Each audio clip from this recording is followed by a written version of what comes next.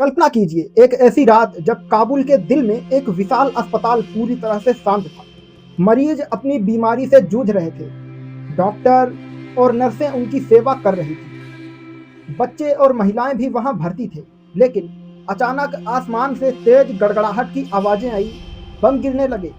आग की लपटें हर तरफ फैल गई और सैकड़ों लोगों की चीखें पुकारें हवा में घुल गई।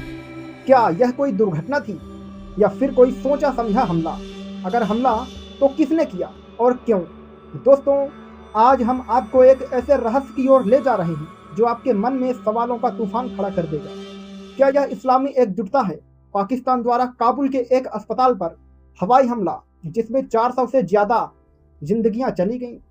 पाकिस्तान और अफगानिस्तान दोनों मुस्लिम देश हैं। दोनों की जनता एक ही धर्म को मानती है और इतिहास गवाह है कि पाकिस्तान ने अफगान तालिबान की बहुत ज़्यादा मदद की थी। जब वे सत्ता में आए थे, दोनों देशों के बीच भाईचारे के रिश्ते थे।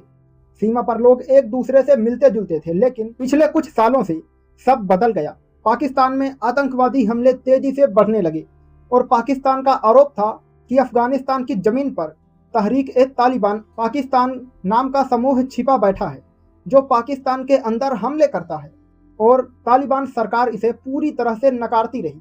लेकिन तनाव बढ़ता गया और फरवरी 2026 में पाकिस्तान ने अफगानिस्तान के कुछ प्रांतों जैसे नंगरहार पत्रिका और खोस्त में हवाई हमले शुरू कर दिए।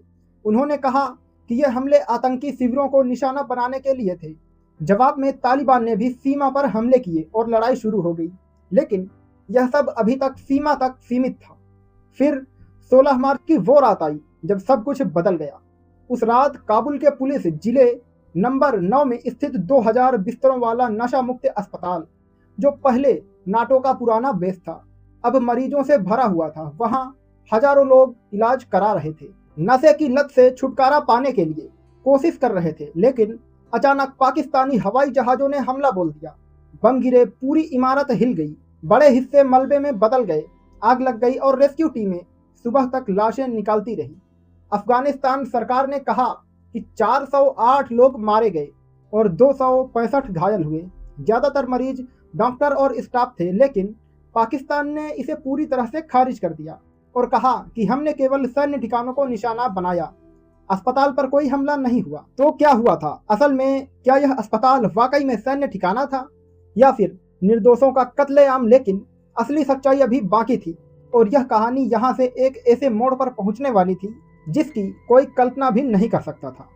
क्या यह सिर्फ एक तरफ का दोष है या फिर दोनों तरफ कुछ गलतियां हुई हैं? फिलहाल सोचिए कि अगर आपके अपने देश में ऐसा अस्पताल पर कोई हमला होता है तो आप क्या महसूस करते? जहां सब कुछ उलट पड़ता है। पाकिस्तान ने साफ कहा कि हमारा लक्ष्य केवल आतंकी ठिकाने थे और वो अस्पताल सैन्य सुविधाओं से जुड़ा था। उन्होंने दावा किया कि हमने कैंप फिनिक्स नाम के पुराने नाटो बेस को निशाना बनाया जो आतंकी सामान रखने के लिए इस्तेमाल हो रहा था और अस्पताल उससे कई मील दूर था। लेकिन अफगानिस्तान के अधिकारी चीख उठे और बोले कि नहीं, यह सीधा अस्पताल पर हमला था और सैकड़ों निर्दोष मारे गए। रेस्क्यू टीमों ने मलबे से लाशें निकाली और पूरे काबुल में मातम छा गया। संयुक्त राष्ट्र ने भी चिंता जताई और नागरिक हताहतों की निंदा की। लेकिन सवाल अभी भी वही था कि क्या पाकिस्तान ने जानबूझकर अस्पताल को चुना या फिर यह एक गलती थी, और अगर गलती थी तो इतनी बड़ी क्यों? लेकिन यह सब देखकर एक बड़ा सवाल उठता है कि क्या यह इस्लामी एकजुटता है जब दो मुस्लिम देश एक दूसरे पर हमले कर रहे हैं और अस्पताल जैसे जगह को निशाना बना रहे हैं जहां लोग सिर्फ जीवन बचाने आए थे। पूरा मामला कई पिछले महीनों का नतीजा था। पाकिस्तान कहता है कि तहरीक-ए-तालिबान पाकिस्तान को शरण दे रहा है और यही वजह है कि पाकिस्तान में आतंक बढ़ रहा है, जबकि तालिबान कहता है कि पाकिस्तान अपनी सीमा पर दखल दे रहा है और हमले कर रहा है। दोनों तरफ आरोप प्रत्यारोप चल रहे थे। लेकिन 16 मार्च का हमला सबसे बड़ा और सबसे भयानक था क्योंकि यह राजधानी काबुल में हुआ था और अस्पताल पर जहां कोई हथियार नहीं थे, सिर्फ मरीज थे। अब जांच चल रही है और कुछ रिपोर्ट्स कह रही हैं कि अस्पताल को निशाना बनाने का कोई भी सबूत नहीं मिला, जबकि पाकिस्तान के बयान के मुताबिक वे सिर्फ आतंकी ठिकानों पर थे। लेकिन असली सच्चाई सामने आने वाली है और वह यह है कि चाहे जो भी हो, 400 से ज़्यादा जिंदगियां चली गईं और दोनों देशों के बीच का भाईचारा टूटता दिख रहा है। क्या इस्लामी एकजुटता सिर्फ शब्दों तक सीमित है, या फिर राजनीति और सुरक्षा के नाम पर सब कुछ माफ हो जाता है?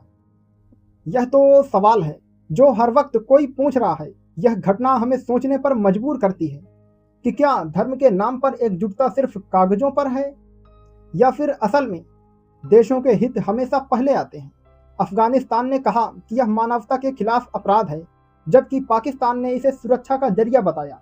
लेकिन हकीकत यह है कि सैकड़ों परिवार बिखर गए और बच्चे अनाथ हो गए, और एक अस्पताल जो लोगों को नशा से मुक्ति दिला रहा था अब मलबे का ढेर बन गया।